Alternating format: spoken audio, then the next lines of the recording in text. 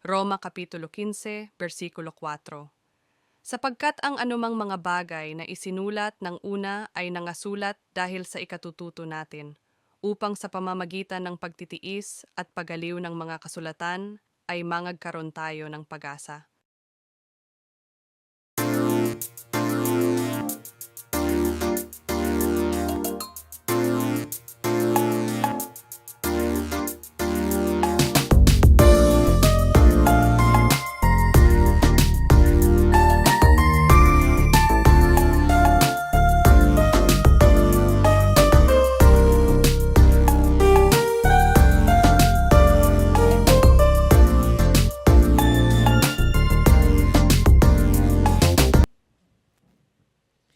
Praise God. Amen. God is good. And all the time. Amen. Sawa na ba tayo sa ganun mga kapatid? Ano kasi yan, paalala sa atin na palaging mabuti ang Panginoon, di ba? Magandang pinapaalala natin yan sa ating mga sarili at sa ating mga kasama kasi tunay na mabuti palagi ang Panginoon. Ayan. At kamusta po ang buong linggo so far? No, sobrang lakas ng ulan, sobrang init, tas biglang lalamig, init, lamig, no? May sakit na ba ang lahat? May sipon, ubo? Wala. Pero pasalamatan natin ang Panginoon dahil maganda ang panahon ngayong araw. Amen. Palakpakan natin ang Panginoon mga kapatid. Ayan. Thanks Lord. At gaya po ng nabanggit, ang ating topic po sa araw na ito ay pinamagatang pasasalamat sa lahat ng bagay. Maaring narinig na natin ang sermon na ito o narinig na natin sa iba ang mga ang verse na ito na nagmula sa 1 Thessalonians chapter 5 verse 18. Na ito nga sinasabi dito, ito po ay sulat ni Apostol San Pablo sa mga taga-Thessalonica bilang paalala sa kanila. Ano po? Na muli 1 Thessalonians chapter 5 verse 18, ito po ang nasusulat. Sa lahat ng mga bagay ay magpasalamat kayo sapagkat ito ang kalooban ng Diyos kay Kristo tungkol sa inyo. Ayan. So, malinaw na malinaw yan, no? Kaya tayo nga ay narito ngayong araw upang pag-usapan ang salitang ito na ating mababasa sa Biblia. At ito ay napakahalagang aspeto ng ating buhay bilang mga Kristiyano, no? Yung pagiging mapagpasalamat. Ang pasasalamat. Napaka-importante nito, mga kapatid. At ang salitang ito ay madalas nating naririnig. Amen? No? Madalas natin itong naririnig eh. Pero kapansin-pansin na hindi ito laging madaling gawin. Lalo na sa harap ng mga pagsubok at sa harap ng hirap. Amen? Di ba? Tao lang tayo, no? At hindi tayo palaging malakas. Ayan. At ganun nga, sa mga oras na tayo ay nasa harap ng pagsubok at hirap, maaring mahirapan tayo na magpasalamat. Ngunit, tandaan natin ayon sa 1 Thessalonians chapter 5 verse 18, tayo ay tinawag na magpasalamat sa lahat ng bagay.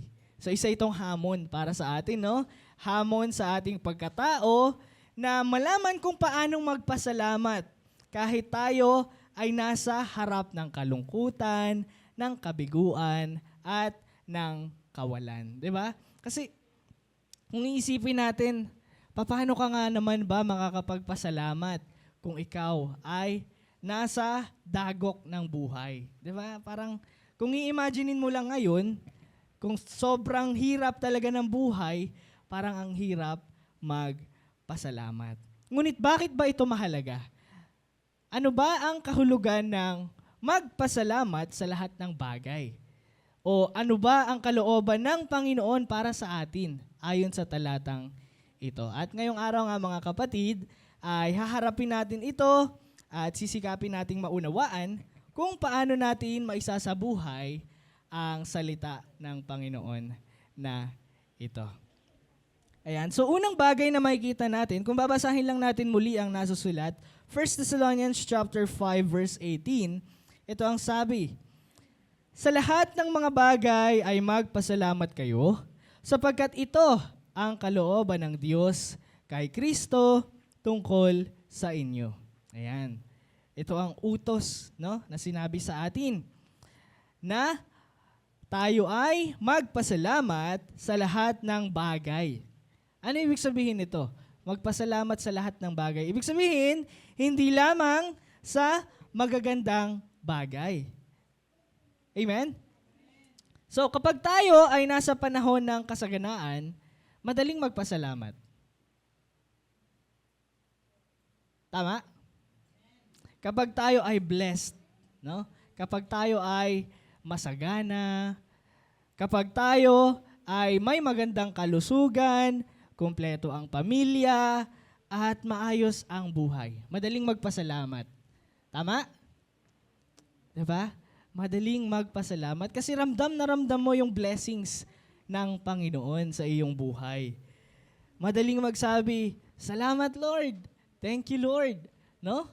Mapapakanta ka pa ng salamat yan kapag talagang ramdam na ramdam mo ang blessing na iyong natatamasa. Subalit, ang sabi nga dito ni Apostol San Pablo sa talatang ito, na napakalinaw na binanggit dito unang-una pa lang, sa lahat ng mga bagay ay magpasalamat kayo. Ibig sabihin, kasama rito ang mga sitwasyon na hindi natin gusto. Sino ba namang gusto ang magkaroon ng problema? Meron ba? Meron ba? No? Sino ba naman ang gusto na mahirapan habang nabubuhay dito sa mundong ito? Di ba wala naman? So ibig sabihin, hindi natin gusto ang mga bagay na ito. Ngunit sa kabila nito, ay dapat tayo ay maging mapagpasalamat pa rin. Ayan. Maraming mga example ng tao sa Biblia ang maaari nating gamitin upang maipakita ang mga ganitong kaisipan, no? Na maging mapagpasalamat kahit ano pa ang maranasan sa buhay. Ngunit, ang pinaka-best example out of all the people na mababasa natin dito ay si Job. Alam natin ang istorya ni Job. Amen? Si Job, sa mga hindi po nakakakilala, si Job ay kilala bilang isang tao na grabe ang pananampalataya sa Panginoon. And because of that, siya ay blessed ng mga bagay na hindi naman niya ipinagmamalaki ngunit kanyang natatamasa, no? Blessed siya sa magandang pamilya, blessed siya sa mga pag-aari, no? Napakarami niyang pag-aari, napakarami niyang hayop na inaalagaan. At ibig sabihin, lahat ng magagandang bagay ay nangyayari sa kanyang buhay. Ngunit dumating ang panahon na merong parte doon sa, kung babasahin natin ang Job, merong parte doon na kinwestiyon ng Diablo ang kanyang pananampalataya. Sabi ng Diablo sa Panginoon, nananampalataya at sumusunod lang naman yan sa'yo dahil blessed na blessed yung buhay niya. Marami siyang kayamanan, maganda ang kanyang kalusugan, masaya ang kanyang pamilya. Pag tinanggal mo yan, hindi na yan mananampalataya sa'yo. Hindi na yan magpapasalamat sa iyo. Yan ang sabi ng Diablo sa Panginoon. So ano ang ginawa? Anong sabi ng Panginoon? O sige, gawin mo ang lahat ng nararapat. Ngunit wag mo lang kukunin ang kanyang buhay. Ayan. So kunin mo ang lahat ng mga bagay sa kanya, wag lang ang kanyang buhay. So ano ang naranasan ni Job sa kanyang buhay? Kung babasahin natin yung Job again, unti-unti niyang nalalaman yung mga masasamang balita. Una, namatay ang kanyang mga anak, naubos ang kanyang mga ari-arian. Unti-unti ito. Paparating yung mga alagad niya, no? Nagre-report sa kanya. Uy, namatay yung mga ganito. Nasira yung mga ganito. Kung babasahin natin, napakalungkot. Kung babasahin natin, nakakalungkot itong basahin. No? Kasi kung ito ay nangyayari sa ating buhay, imaginein mo, may bad news na dumating, isang bad news. Tapos, after some time, may bad news na naman, may bad news na naman, may bad news na naman. Sunod-sunod ang negatibong balita na dumarating sa buhay ni Job. Ngunit sa kabila nito, mga kapatid, ay kahit na lugmok na, wala ng kayamanan si Job, itinakwil na siya ng kanyang pamilya at kanyang asawa, nawala na ang lahat ng kanyang ari-arian, pati ang kanyang kalusugan ay napupurnada. No? Grabe ang nangyari sa buhay ni Job. No? Kaya napatanong si Job, ngunit out of all these questions kasama yung kanyang mga kaibigan, ay patuloy pa rin siyang nagpasalamat sa Panginoon. Ganyang mindset dapat ang meron tayo, mga kapatid. Amen? No, ganyan dapat ang kaisipan na meron tayo. Sabi nga ni Job doon sa Job, chapter 1, verse 21.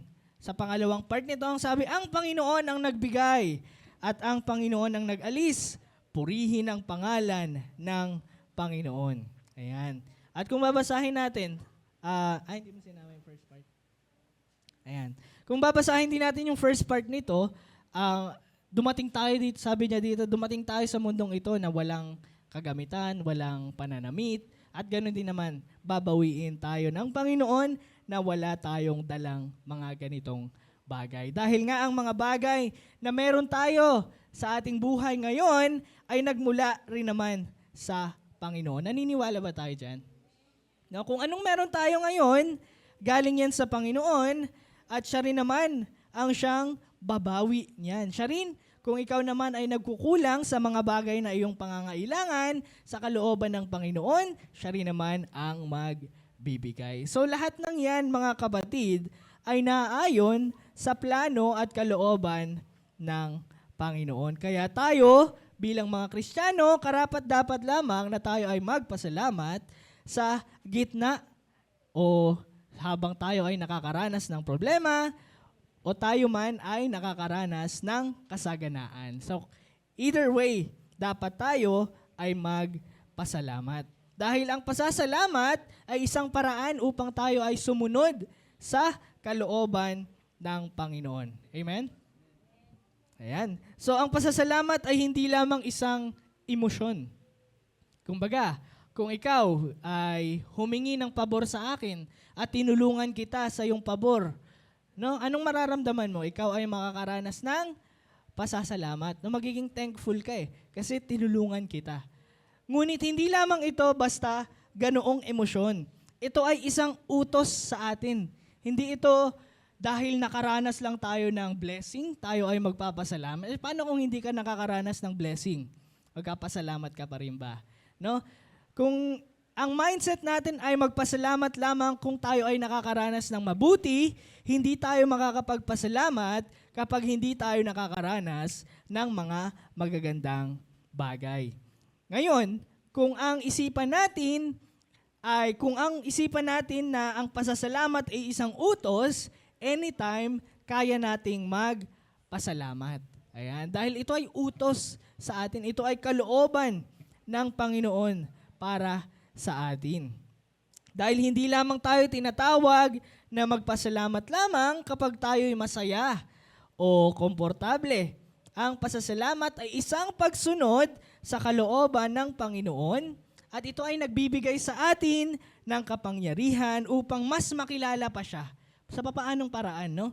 Ito ay ang pagtitiwala natin sa Panginoon sa lahat ng aspeto ng ating buhay. Dahil kung ikaw ay nagpapasalamat, kahit ikaw ay nasa kalagitnaan ng problema, ibig sabihin, naniniwala ka na may plano ang Panginoon sa iyong buhay. Dahil kahit anong dagok, kahit anong mawala sa iyo, no? Kagamitan, lahat ng mahalagang bagay sa iyong buhay, kung ikaw ay naniniwala at nagpapasalamat sa Panginoon sa lahat ng oras, alam mo na may plano ang Panginoon at may dahilan kung bakit ito nangyayari. Ayan. So, ibig sabihin, hindi ito simpleng utos lamang para sa atin. Ito ay paraan upang maipakita ang pananampalataya natin sa Panginoon. Ayan. At ang pagsunod ay nagmumula sa pagtitiwala at ang pagtitiwala ay pagkakaroon ng pananampalataya na ang lahat ng bagay ay naaayon sa kalooban ng Panginoon at ang Panginoon ang may control. Ayan. So, napakahalaga na atin iyang maintindihan at maisabuhay. So, ngayon, magtatanong tayo, no? Bakit kailangang magpasalamat sa gitna ng pagsubok?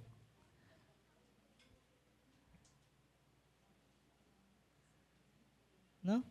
At paano tayo magpapasalamat kung tayo ay nahihirapan? Tatanungin ko kayo, kaya ba natin yan? Dapat, no? Dapat ang word. Dapat kayanin natin. No, kapag tayo ay dumaranas ng kawalan, ng sakit, o ng kabiguan na parang imposible na ang lahat, parang napakahirap magpasalamat, ngunit dapat tayo ay magpasalamat dahil nagmumula ang tunay na pananampalataya dito, no? Hindi sa kung ano ang nararamdaman natin, kundi sa ating kundi sa pagkilala natin sa Panginoon. Na again, ang Panginoon, kung ang Panginoon ang Diyos at tagapagligtas mo, siya rin naman dapat ang naghahari sa buhay mo. Dahil nalalaman natin na ang mga bagay na nangyayari sa ating buhay ay kalakip nito ang kabutihan. Ayan. So sabi sa Romans chapter 8, verse 28, at nalalaman natin na ang lahat ng mga bagay ay nagkakalakip na gumagawa sa ikabubuti ng mga nagsisiibig sa Diyos. Sa makatuwid bagay, niyong mga tinawag alinsunod sa kanyang nasa, alinsunod sa kanyang kalooban, alinsunod sa kanyang mga utos. No, again, ang pasasalamat ay utos na dapat nating sundin. Ayan. Kaya ang pasasalamat sa gitna ng pagsubok ay hindi nagpapakita na nasisiyahan tayo kapag tayo ay nahihirapan. Meron bang masaya kapag nahihirapan? No? Hindi eh. Kasi usually, 'di ba, kapag nagpapasalamat ka, ibig sabihin masaya ka, no? Thankful ka sa nangyayari. Ngunit ang pasasalamat sa gitna ng kahirapan ay hindi ibig sabihin na ikaw ay masaya dahil sa nararanasan mo o sa sitwasyon mo. Ito ay nagpapakita ng iyong pagtitiwala sa plano ng Panginoon kahit hindi mo ito nauunawaan. No, nagpapasalamat ka dahil ikaw ay sinusubok. Ngunit hindi na maibig sabihin na masaya ka dahil ikaw ay sinusubok. Nalalaman mo lang na nararanasan mo itong mga bagay na ito dahil alam mo na may dahilan kung bakit ito nangyayari. May plano ang Panginoon. Ayan ang isa sa mga dahilan kung bakit tayo dapat magpasalamat sa gitna ng pagsubok. Ayan. Malinaw ba yan, mga kapatid? Sabihin mo yan sa iyong sarili, magpasalamat ka. Ayan, magpasalamat ako, magpasalamat tayo. Kahit tayo ay hindi masaya, kahit tayo ay nahihirapan. Dahil ito ay paraan upang sumunod tayo sa utos at kalooban ng Panginoon. Dahil kung ngayon nasa season ka ng problema, kung ngayon hindi mo maintindihan kung ano ang nangyayari, a year from now, 2 years from now, 5 years from now, maiisip mo na lang, kaya pala. Ayan, mga nangyayari sa ating buhay ay parang blessing in disguise, kung sabihin natin sa madaling salita. Blessing in disguise, ang mga bagay na nararanasan natin ayon sa kalooban ng Panginoon. Ayan, ganun din ang buhay ni Apostol San Pablo, no? Makikita natin na siya ay nagpapasalamat sa gitna ng pagsubok. Again, ang sumulat ng 1 Thessalonians o ng Thessalonians na book ay si Apostol San Pablo at ito ay sulat niya bilang paalala sa mga taga-Thessalonica at sa atin din naman bilang nagbabasa ng Bible sa panahon natin. Na hindi lamang niya basta sinulat to, no? Hindi lang niya basta, sasabihin ko to para maging malakas sila. Pero may masabi lang, no? Hindi ganun eh. Ang buhay ni Apostol San Pablo, naranasan niya talaga itong mga bagay na ito. Siya ay dumaan sa matinding paghihirap, dumaan sa pagkakakulong, pagkakabugbog, mga banta sa kanyang buhay. No, lahat ng ito ay naranasan niya habang siya ay nabubuhay.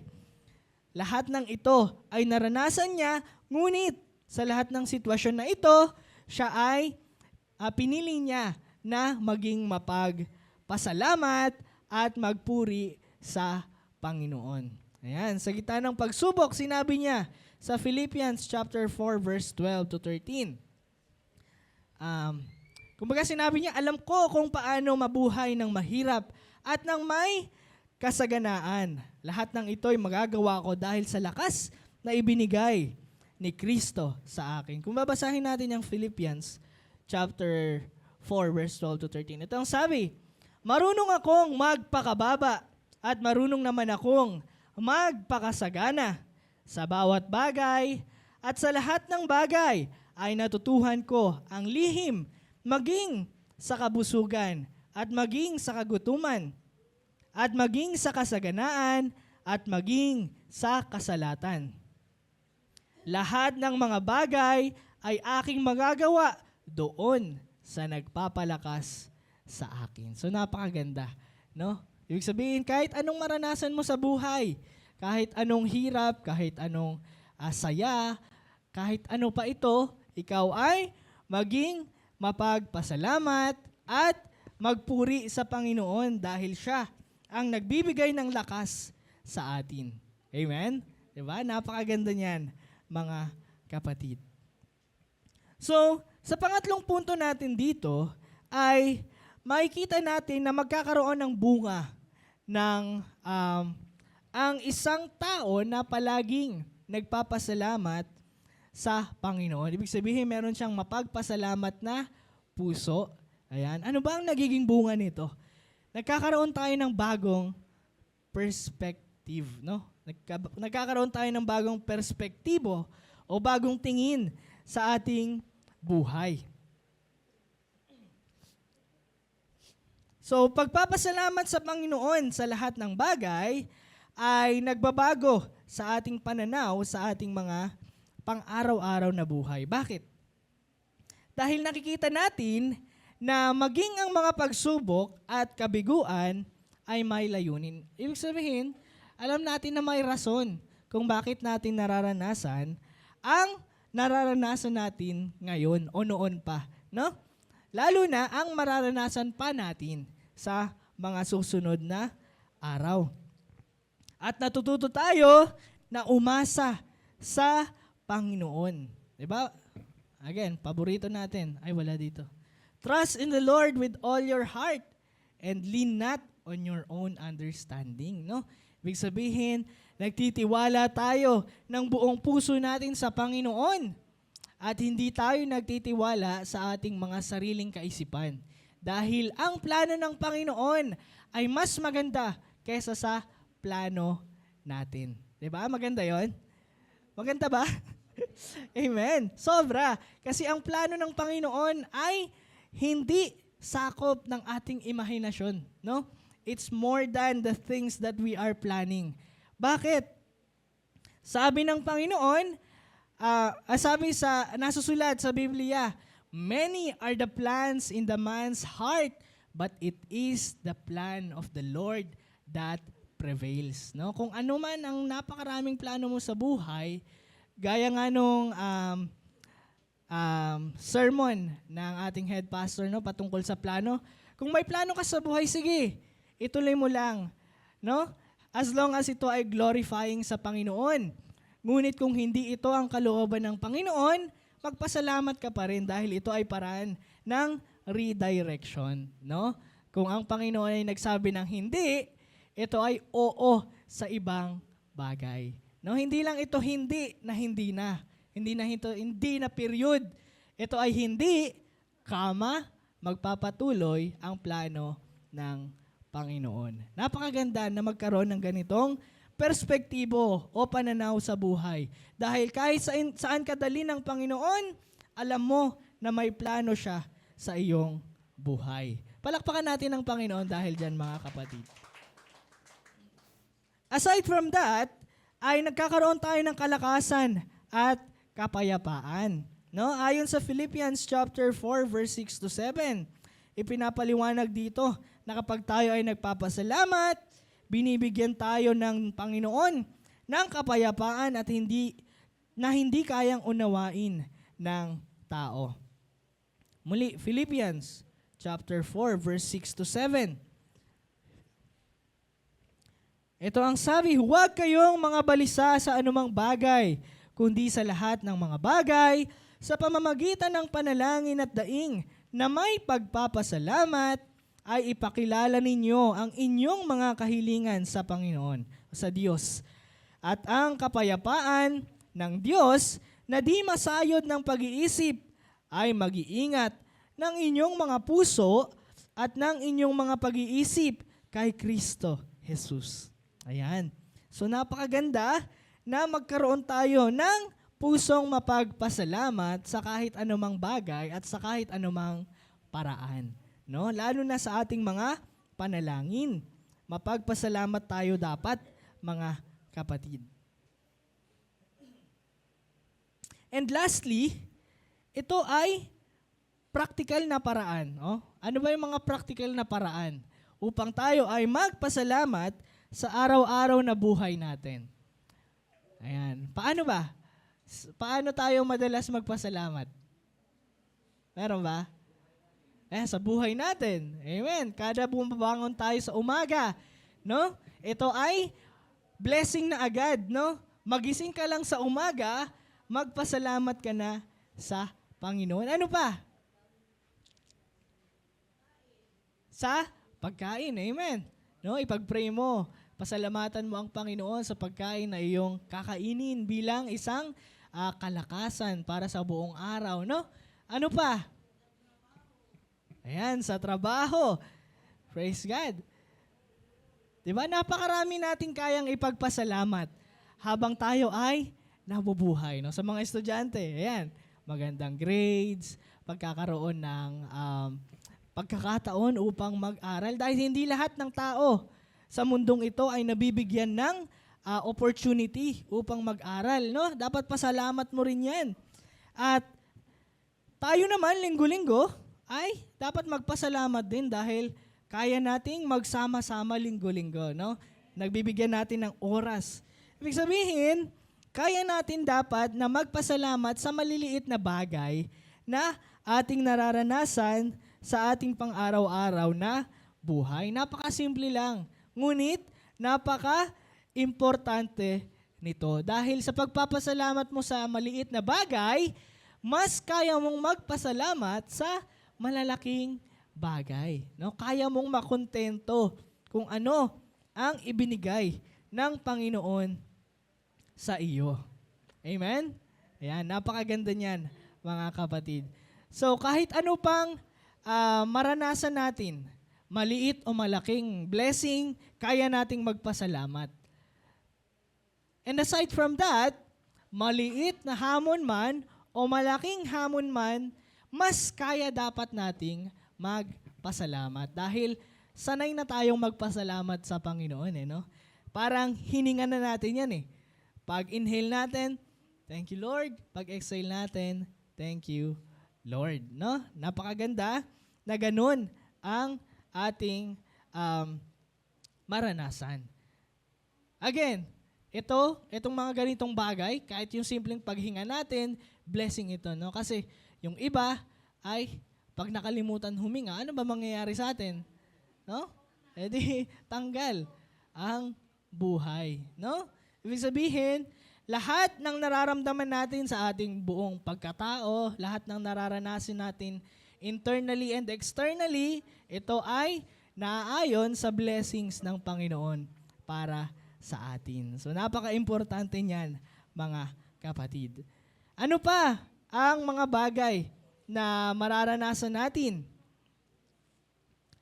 Pagiging matibay sa panalangin. Yan, ipinapahayag dito na sa pamamagitan ng panalangin ay ugaliin natin na magpasalamat sa Panginoon. Ayan. Ano pa? Nagiging patotoo rin naman tayo sa ibang tao, no?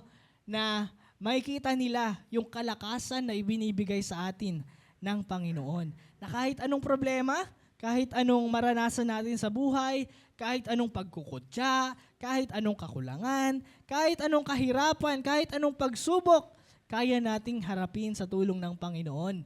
At ito ay nagiging patotoo o testimony sa iba pang mga nananampalataya. No, ito ay nagiging paraan upang magbigay kalakasan sa ibang tao. Naisipin nila kung kaya niya, kaya ko rin. Amen? No, ito ay napakagandang maisabuhay sa ating pang-araw-araw dahil ito ay nagbibigay inspirasyon at lakas sa ibang tao. No? Kaya sana ay maisabuhay natin ito sa ating pang-araw-araw na buhay na kahit mahirap ay magpasalamat pa rin tayo sa Panginoon. Dahil ito, ang pagpapasalamat ay hindi conditional na reaction. No? Ibig sabihin, kapag sinabi natin conditional, kapag may isang bagay na nangyari, doon ka lang magpapasalamat. Conditional eh. Ibig sabihin, hindi ito dapat ganoon. No, sa lahat ng bagay dapat tayo ay magpasalamat. Ito ay isang pamumuhay. Ito ay isang kaisipan na dapat nating palaging isinasagawa. Dahil ito ay utos at kalooban sa atin ng Panginoon na magpasalamat sa lahat ng bagay. So tayo ay magpasalamat sa lahat ng oras, sa kagalakan, sa sakit, sa mga pagkakataong sinusubok tayo ng mundo. No? Sa ganitong paraan, mas magiging malalim ang relasyon natin sa Panginoon. Dahil tayo ay nagre-rely sa Kanya wholeheartedly. 100%. Ayan. Praise God. Kaya salamat sa Panginoon at salamat po sa mga nakinig. Praise God. Palakpakan natin ang Panginoon, mga kapatid. Amen.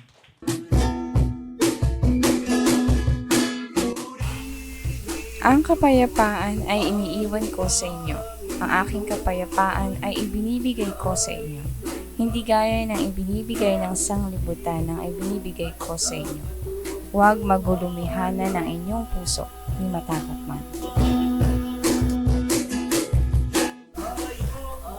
Layuan ninyo ang bawat anyo na masama, at pakabanalin kayong lubos ng Diyos din ng kapayapaan, at ang inyong espiritu at kaluluwa at katawan na ingatang buo, na walang kapintasan sa pagparito ng ating Panginoong Jesucristo.